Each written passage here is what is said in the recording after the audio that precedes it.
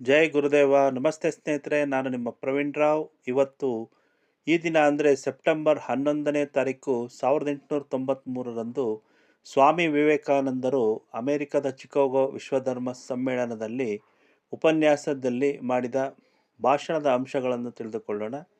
ತಾವುಗಳು ದಯವಿಟ್ಟು ನನ್ನ ಯೂಟ್ಯೂಬ್ ಚಾನಲ್ಗೆ ಸಬ್ಸ್ಕ್ರೈಬ್ ಮಾಡಿ ಹಾಗೂ ಫೇಸ್ಬುಕ್ ಮತ್ತು ಇನ್ಸ್ಟಾಗ್ರಾಮ್ನಲ್ಲಿ ವೀಕ್ಷಿಸುತ್ತಿರುವರು ಫಾಲೋ ಮಾಡಿ.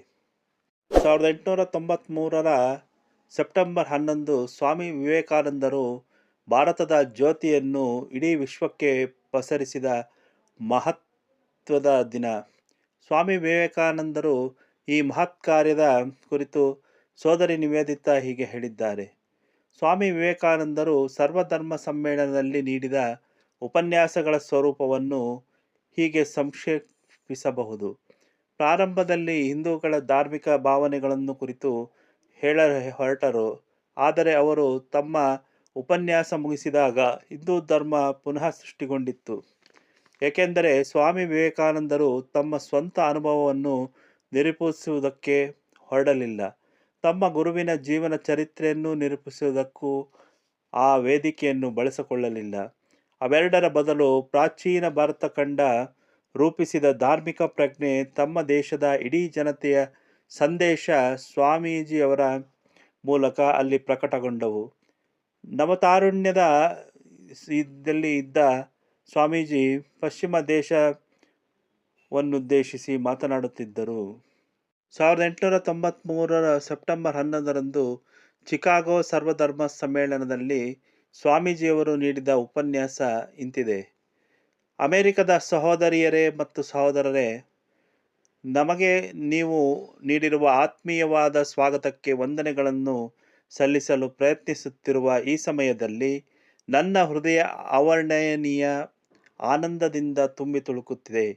ಪ್ರಪಂಚದ ಅತ್ಯಂತ ಪ್ರಾಚೀನವಾದ ಸನ್ಯಾಸಿಗಳ ಸಂಘದ ಪರವಾಗಿ ನಿಮಗೆ ಕೃತಜ್ಞತೆ ಅರ್ಪಿಸುತ್ತೇನೆ. ವಿವಿಧ ಧರ್ಮಗಳ ಮಾತೆಯ ಪರವಾಗಿ ನಿಮಗೆ ಕೃತಜ್ಞತೆ ಅರ್ಪಿಸುತ್ತೇನೆ. ಹಿಂದೂ ಜನಾಂಗಕ್ಕೆ ಸೇರಿದ ಎಲ್ಲ ವರ್ಗಗಳ, ಎಲ್ಲ ಪಂಥಗಳ ಕೋಟ್ಯಾನುಕೋಟಿ ಜನರ ಪರವಾಗಿ ನಿಮಗೆ ಕೃತಜ್ಞತೆಯನ್ನು ಅರ್ಪಿಸುತ್ತೇನೆ. ಇದೇ ವೇದಿಕೆಯ ಮೇಲೆ ನಿಂತು ಕೆಲವು ಭಾಷಣಕಾರರು ಪೂರ್ವ ದೇಶಗಳಿಂದ ಬಂದಿರುವ ಪ್ರತಿನಿಧಿಗಳನ್ನು ಕುರಿತು ಹೀಗೆ ಹೇಳಿದ್ದಾರೆ. ಬಹಳ ದೂರದಿಂದ ಬಂದಿರುವ ಇವರು ಧಾರ್ಮಿಕ ಸಹನೆಯ ಭಾವನೆಯನ್ನು ವಿವಿಧ ದೇಶಗಳಿಗೆ ಒಯ್ಯುವ ಗೌರವಕ್ಕೆ ಪಾತ್ರರಾಗುವರು. ಹಾಗೆ ಹೇಳಿದ ಭಾಷಣಕಾರರಿಗೂ ನಾನು ಕೃತಜ್ಞತೆಗಳನ್ನು ಅರ್ಪಿಸುತ್ತೇನೆ. ಧಾರ್ಮಿಕ ಸಹನೆಯನ್ನು ಎಲ್ಲ ಧರ್ಮಗಳು ಸ್ವೀಕರಿಸ ಯೋಗ ಎಂಬುದನ್ನು ಜಗತ್ತಿಗೆ ಬೋಧಿಸಿದ ಧರ್ಮಕ್ಕೆ ಸೇರಿದವನು ನಾನು ಎಂಬ ಹೆಮ್ಮೆ ನನ್ನದು. ಪರಧರ್ಮ ಸಹಿಷ್ಣುತೆಯಲ್ಲಿ ನಮಗೆ ನಂಬಿಕೆಯುಂಟು. ಅಷ್ಟೇ ಅಲ್ಲ, ಎಲ್ಲ ಧರ್ಮಗಳು ಸತ್ಯ ಎಂಬುದನ್ನು ನಾವು ಒಪ್ಪುತ್ತೇವೆ.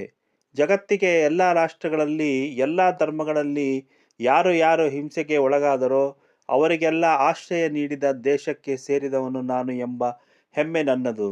ಯಾವ ವರ್ಷ ರೋಮನ್ನರ ದೌರ್ಜನ್ಯದಿಂದ ಯಹೂದ್ಯರ ಪವಿತ್ರ ದೇವಾಲಯ ಒಡೆದು ಪುಡಿಪುಡಿಯಾಯಿತೋ ಅದೇ ವರ್ಷ ಅಳಿದುಳಿದ ಶುದ್ಧ ಯಹೂದಿಗಳು ಆಶ್ರಯ ಬಯಸಿ ದಕ್ಷಿಣ ಭಾರತಕ್ಕೆ ಬಂದರು. ಅವರಿಗೆ ಆಶ್ರಯ ನೀಡಿದ ದೇಶದವನು ನಾನು ಎಂಬ ಹೆಮ್ಮೆ ನನ್ನದು. ಜೆರಾತುಸ್ತ್ರ ರಾಷ್ಟ್ರದ ನಿರಾಶ್ರಿತರಿಗೆ ಆಶ್ರಯ ನೀಡಿ ಇಂದಿಗೂ ಅವರನ್ನು ಪೋಷಿಸುತ್ತಿರುವ ದೇಶ ನನ್ನದು.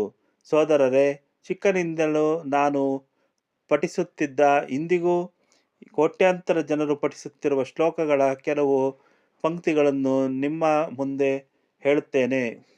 ಬೇರೆ ಬೇರೆ ಕಡೆ ಹುಟ್ಟಿದ ನದಿಗಳು ಕೊನೆಗೆ ಸಾಗರದಲ್ಲಿ ಸಂಗಮಗೊಳ್ಳುವಂತೆ, ಹೇ ಭಗವಾನ್, ಮಾನವರು ತಮ್ಮ ತಮ್ಮ ಸಂಸ್ಕಾರಗಳಿಗೆ ತಕ್ಕಂತೆ ನೇರವಾಗಿಯೋ ವಕ್ರವಾಗಿಯೋ ಇರುವ ಪದಗಳನ್ನು ಅನುಸರಿಸುತ್ತಾರೆ. ಅವೆಲ್ಲವೂ ನಿನ್ನೆಡೆಗೆ ಕರೆದೊಯ್ಯುತ್ತದೆ. ಅತ್ಯಂತ ಮಹತ್ವಪೂರ್ಣವಾದ ಸಭೆಗಳಲ್ಲಿ ಒಂದು ಇಂದು ನೆರೆದಿರುವ ಈ ಸಭೆ ಯಾರೇ ಆಗಲಿ, ಯಾವುದೇ ರೂಪದಲ್ಲಿ ಆಗಲಿ ನನ್ನ ಬಳಿಗೆ ಬಂದರೆ ನಾನು ಅವರನ್ನು ಸ್ವೀಕರಿಸುತ್ತೇನೆ. ಅಂತಿಮವಾಗಿ ನನ್ನ ಬಳಿಗೆ ಬರುವ ವಿವಿಧ ಪಥಗಳಲ್ಲಿ ಸಾಗಿ ಬಂದು ನನ್ನಲ್ಲಿ ಸೇರಲು ಎಲ್ಲ ಜನರು ಪ್ರಯತ್ನಿಸುತ್ತಿದ್ದಾರೆ ಎಂಬ ಗೀತೆಯ ಅದ್ಭುತ ತತ್ವದ ಸತ್ಯವನ್ನು ಜಗತ್ತಿಗೆ ಸಾರುವುದಕ್ಕೆ ಈ ಸಭೆಯೊಂದೇ ಸಾಕು. ಸಂಕುಚಿತ ಪಂಥಭಾವನೆ, ಸ್ವಮತಾಭಿಮಾನ, ಅದರ ಭೀಕರ ಸಂತನವಾದ ಮತಾಂಧತೆ ಇವು ಈ ಸುಂದರ ಪೃಥ್ವಿಯನ್ನು ಬಹುಕಾಲದಿಂದ ಬಾಧಿಸುತ್ತಿವೆ. ಇವು ಈ ಭೂಮಿಯನ್ನು ಹಿಂಸೆಯಿಂದ ತುಂಬಿಸಿವೆ. ಅದನ್ನು ಮತ್ತೆ ಮತ್ತೆ ನರರಕ್ತದಿಂದ ತೋಯಿಸುತ್ತಿದೆ. ನಾಗರಿಕತೆಯನ್ನು ನಾಶಗೊಳಿಸಿದೆ. ರಾಷ್ಟ್ರಗಳನ್ನೇ ನಿರಾಶೆಯ ರೂಪಕ್ಕೆ ತಳ್ಳಿದೆ. ಇಂಥ ಧರ್ಮಾಂಧತೆಯ ರಾಕ್ಷಸರು ಇಲ್ಲದೆಯೇ ಇದ್ದಿದ್ದರೆ ಮಾನವ ಸಮಾಜ ಈಗಿರುವುದಕ್ಕಿಂತಲೂ ಎಷ್ಟೋ ಪಾಲು ಮುಂದುವರಿಯುತ್ತಿತ್ತು. ಆದರೆ ಅವರ ಕಾಲ ಮುಗಿದಿದೆ. ಇಂದು ಬೆಳಗ್ಗೆ ಈ ಸಭೆಯ ಶುಭಾರಂಭವನ್ನು ಸೂಚಿಸಲು ಮೊಳಗಿದ ಘಂಟಾನಾದ ಎಲ್ಲ ಮತಾಂಧತೆಯ ಖಡ್ಗ ಇಲ್ಲವೇ ಲೇಖನಿಯಿಂದ ಮಾಡಿದ ಮತೀಯ ಹಿಂಸೆಗಳು ಒಂದೇ ಗುರಿಯೆಡೆಗೆ ಸಾಗುತ್ತಿದ್ದರೂ ಪಥಿಕದಲ್ಲಿ ತಲೆದೋರುತ್ತಿರುವ ಅನುದಾರವಾದ ಎಲ್ಲ ಮನಸ್ತಾಪಗಳ ಅಂತ್ಯಕ್ರಿಯೆಯನ್ನು ಸೂಚಿಸುವ ಘಂಟಾನಾದವು ಎಂಬುದೇ ನನ್ನ ಆಶಯ. ಈ ಭಾಷಣ ಅಂದಿನ ಅತ್ಯಂತ ಪ್ರಭಾವಿ ಭಾಷಣವೆಂದು ಪರಿಗಣಿಸಲ್ಪಟ್ಟಿತು. ಎಲ್ಲ ದೇಶ ಧರ್ಮಗಳ ಸಭಿಕರು, ಶ್ರೋತೃಗಳು ಸ್ವಾಮೀಜಿಯವರ ತೇಜಸ್ಸಿಗೆ, ವಾಗ್ವೈಖರಿಗೆ, ಪಾಂಡಿತ್ಯಕ್ಕೆ, ಹಿಂದೂ ಧರ್ಮದ ಶ್ರೇಷ್ಠತೆಗೆ ಮಾರು ಹೋದರು. ಎಲ್ಲಕ್ಕಿಂತ ಹೆಚ್ಚಾಗಿ ಭಾಷಣದ ಆರಂಭದಲ್ಲಿನ ಅದರ ಸಂಬೋಧನೆ ಅವರೆಲ್ಲರನ್ನು ಭಾವೋನ್ನತಿಗೆ ಏರಿಸಿಬಿಟ್ಟಿತು. ಸ್ವಾಮಿ ವಿವೇಕಾನಂದರ ಪಾದಪದ್ಮಗಳಿಗೆ ನಮ್ಮ ಅಭಿನಂದನೆಗಳು. ಇಷ್ಟವಾದ ಲೈಕ್ ಮಾಡಿ, ಕಮೆಂಟ್ ಮಾಡಿ, ಸಾಧ್ಯವಾದಷ್ಟು ಶೇರ್ ಮಾಡಿ. ಧನ್ಯವಾದಗಳು.